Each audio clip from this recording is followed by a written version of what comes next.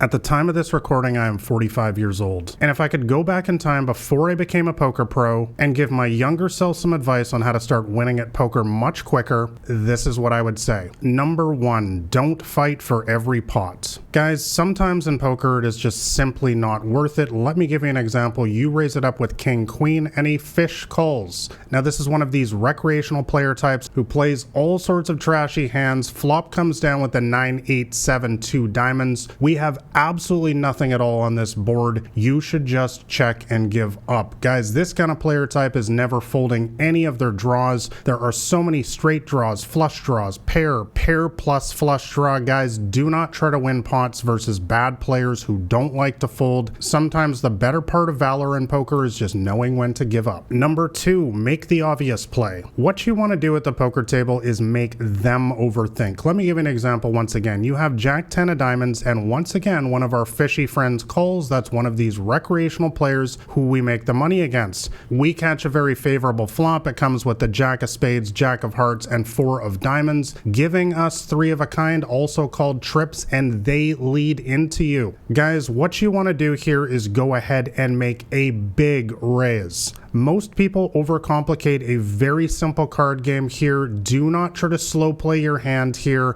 Make a big raise and make them overthink the situation. Make them think you're bluffing, and trust me, you're going to have a lot more success. Number 3, no free cards. Do not let them draw for free. Once again, let me give you an example. You raise it up with ace king, and this time a regular player calls you. Flop comes down with the ace of hearts, 8 of spades, and 7 of spades.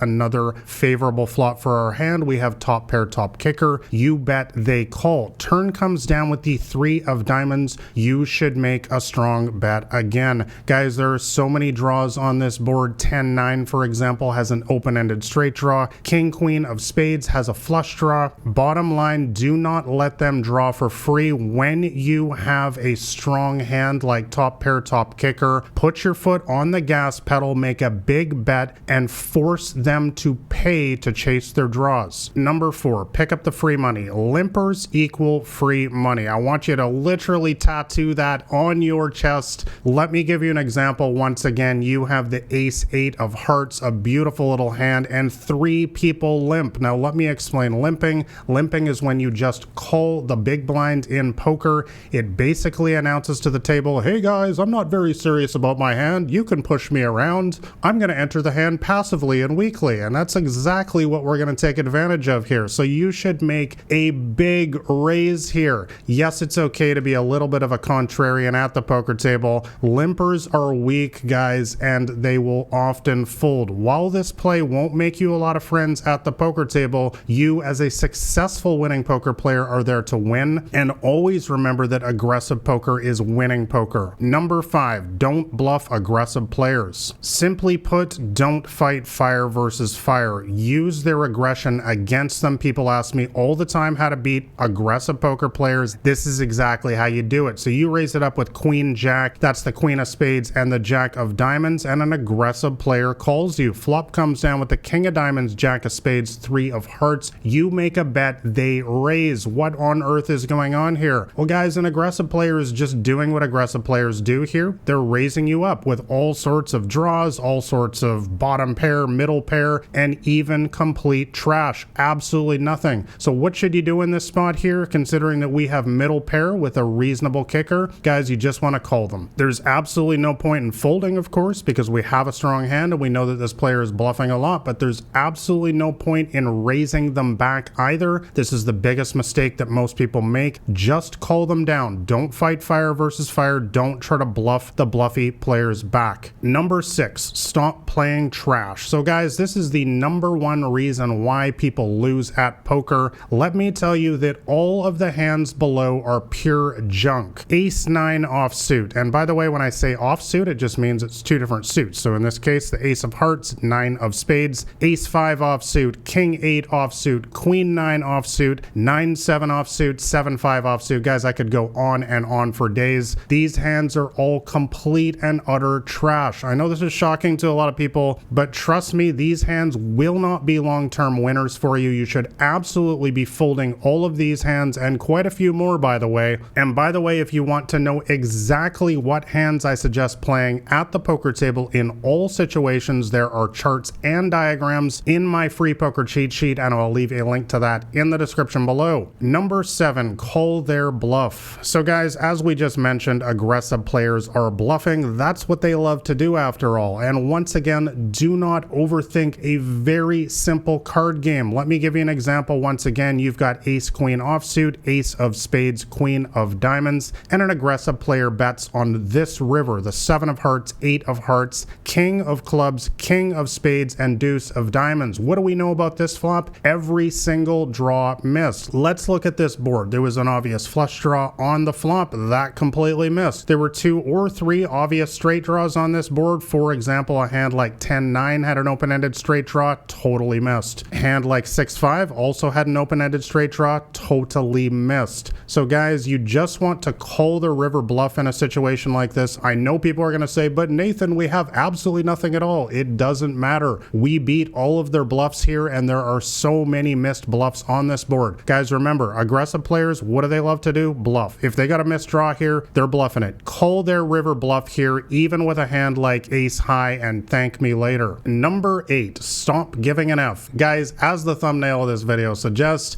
one of the best things you can ever do for your poker game is just stop overthinking. When you have a hand like ace king, sometimes you just need to go all in and force them to decide. Guys, this has literally been the key to my entire professional poker career, is putting them to the test. I don't let them dictate the hand. I'm always forcing them to a decision. Let me give an example. Once again, you re-raise with ace king, ace of hearts, king of clubs. An aggressive player re-raises you, as we know aggressive players love to do. What should you do? Just go all in, guys. Stop looking for a better spot in a situation like this. We know that an aggressive player is trying to re-raise you back with so many trashy hands, so many worse hands, frankly, that are actually decent, like an ace queen or an ace jack. They're always re-raising with these hands. You have the nut no pair hand. Ace king is a premium hand. Go all in and force them to make a decision. Force them to flip over pocket aces or pocket kings, because we all know how often those hands come around. Not very often. Number 9, chasing losses never works. Simply put, captain comeback is always a bad idea because you are playing at your worst. And what do I mean? I mean you've lost several buy-ins in your cash games. Maybe you've completely exited 3-4 tournaments in a row without getting any kind of cash. Let me tell you that challenging good players at this point, moving up the stakes, as a lot of people will do, and challenging a solid good player who is cool, calm, and collected, who isn't frustrated and on tilt like you do, is an extremely bad idea. Guys, sometimes you need to just understand that it's not going to be your day at the poker tables. And once again, the best thing that you can ever do for yourself in a situation like this is simply quit for the day, turn off the computer, leave the casino, do whatever you need to do, get yourself out of there when you are playing at your absolute worst. Come back the next day with a fresh mind and start crushing them again. Number 10, no deals. Now, I know this is going to be another one of those slightly contrarian statements, but I simply don't make deals in poker tournaments unless I am playing for life-changing money. Think the World Series of Poker main event. If we're playing for $10 million,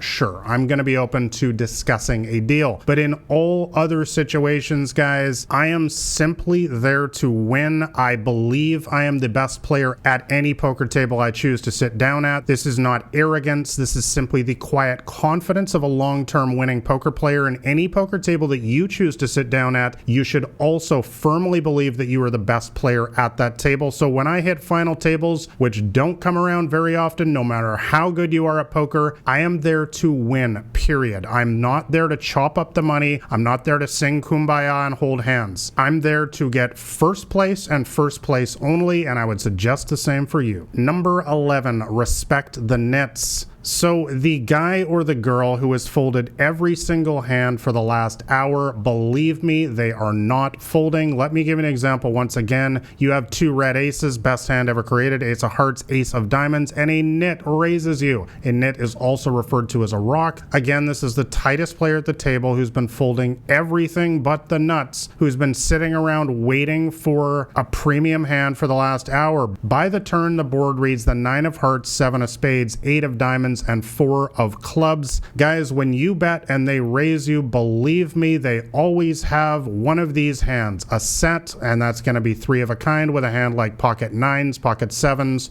pocket 8s, or pocket 4s, or they're going to have a straight with a hand like jack 10 or 6-5, or finally they're going to have a hand like 2 pair with a hand like 9-8 or 9-7. Guys, take it to the bank. These players are never folding here. The tightest player at the table is not trying to bluff you out of nowhere. On a highly coordinated board like this, when they raise you on the turn here, just fold your 1 pair hand. Number 12, never show a bluff. Guys, I'm going to be brutally honest. When I bluff, I never show. Why? It's very, very simple. I do not give out any free information at the poker table under any circumstances. It's really simple. If you want to see my hand, pay. There is a price to be paid. I have made my bet, and if you want to see my hand, you can call my bet and you can pay that price and you'll get to see my hand. Guys, bottom line, nothing is free in life, and neither should be seeing your poker hand. Do not give them free information. Don't wave it around to massage your ego or to try to get a one-up on somebody. All you're doing is giving them free information which they can use to take advantage of you later on in a future hand. Never get your ego involved in this game. Just muck the bluff and let them think about it. Let it ruminate in their mind if they made the right fold or not. Number 13, stop playing underrolled. So guys, I'm just going to give you some rough rules of thumb here that I would recommend. For cash games, always have a minimum of 30 buy-ins in your bankroll, and tournaments 100 buy-ins. Now quickly, a buy-in in a cash game is 100 big blinds. That is 1 buy-in, so I would suggest having 30 times that, and a tournament is simply just a tournament entry for whatever tournament you're playing in. Now I want to say, as a professional poker player, I personally use much more than this. But guys, the bottom line is always be properly bankrolled for any poker games you're playing in. Variance, which is a fancy term we use for the random ups and downs that everyone experiences in this game, is a lot crazier than 99% of poker players think. The number one thing you can do is simply have the correct bankroll for the games you're playing in. Number 14, single player game. Guys, poker is simply not a team sport, and I know this is something that nobody wants to hear, but nobody cares about your bad beat story. I'm serious, nobody cares. So your pocket aces got cracked for the 3rd time in a row. I know, it sucks. I've been there a million times, and it's painful in the moment. But believe me, guys, when you start telling your bad beat stories about how they called you a 6-5 and hit a lucky 2-pair on the river, not only are you announcing your weakness at the table, you are simply replaying your pain and making yourself feel even worse. When this happens, the only thing that I ask myself is, cool, what are you going to do about the next hand in front of you right now? Because that is the only thing that ever matters at the poker table. If you take nothing else from this video, always remember, whatever happened in the past is over. It's done. Focus on the hand in front of you right now, and you're going to have a lot more success. Number 15, luck is built into the game. So guys, pocket aces and pocket kings are not a license to print money, not even close. In fact, let me give you some basic math here. Pocket aces will lose to a totally random hand 15% of the time, and pocket kings will lose to a totally random hand 18% of the time. Yes, you heard that right. If you are playing poker against a blindfolded chimpanzee and they went all in against your pocket kings or your pocket aces with any random hand, they're going to beat you 15% or 18% of the time. Guys, these are not trivial amounts. This stuff is going to happen in poker, and of course most people don't even go all in with a totally random hand. They pick something a lot better, which has an even higher percentage chance to beat your pocket aces and pocket kings. So guys, please make peace with this simple basic reality of the game. These are good hands. Yes, you're going to win the majority of your profits with these hands, but they are not a license to print money. You are going to lose with these hands sometimes, and you must accept that if you ever want to have long-term success in this game. Number 16, you gotta build it. Guys, big pots simply do not build themselves versus passive players. I literally wrote an entire book about this. My first book, Crushing the Micro Stakes, was all about how to win big pots with big hands. Let me give you an example. Once again, you've got pocket fives versus a passive player. Flop comes down with the ace 5 deuce. Bingo, we have hit middle set on this board. They bet. What should you do? You should raise big here, guys. Do not mess around. Do not slow play in small stakes games. The only way you're going to win a big pot here and get all of their chips is if you build the pot yourself. They're not going to raise you. Most players in small stakes games are passive, and this is one of the biggest reasons why people do not win in today's games, is because they try to get too tricky against passive players. Make the big raise. Once again, make them overthink a very simple card game and convince themselves that you're bluffing and call you down here with their ace queen and lose all their money when you are a massive favorite. You are 96% to win against that hand here. Number 17, know your position. Guys, this is the most important thing in all of poker. I want you to look at the image that I put on your screen here. I put a 6-player poker table on your screen. Now, the only two seats that I want you to focus here on are the button and the cutoff. The button, I'm sure you're familiar with. That's the one with the dealer chip in front of it, and the seat to the direct right of that is called the cutoff. These are the two most profitable seats in poker by far, and it doesn't matter what poker game you're playing in, and the reason why is because you get to act last on the flop, turn, and river. You get to see what they do first. This is a massively proven statistical advantage in poker, so it is very important that you key on these two specific seats at the poker table, play the majority of your hands here, apply a lot of pressure, and you're gonna have a lot more success. By the way, my free poker cheat sheet shows you exactly what hands to play, once again, from every single seat at the poker table, and I will leave a link to that below this video. Number 18, raise with anything playable. So as we just mentioned, guys, the button and the cutoff should be considered your home turf at the poker table. Bottom line, nobody gets a cheap flop. Once again, let me give you an example. You have Jack 8 of hearts. Not an amazing hand, but a hand that I will play in this situation specifically right here. You're in a $1, $2 cash game, 2 people limp. We already talked about that earlier. That means just calling the big blind.